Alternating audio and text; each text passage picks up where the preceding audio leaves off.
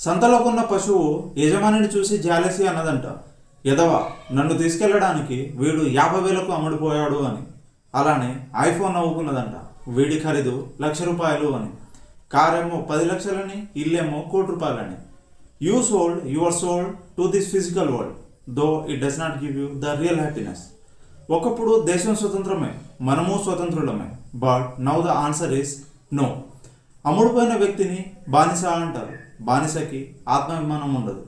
ఆత్మాభిమానం లేని వారి ఆత్మకి సుఖం ఉండదు.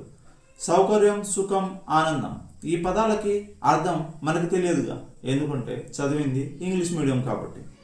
అరే వస్తువుని కొంటుంది మనం కదా, వస్తువు మనల్ని కొనడం ఏంటి అంటే, వస్తువులో ఆనందం లేదురా నాయన, ఆనందం ఉన్నది మన ఆత్మలో.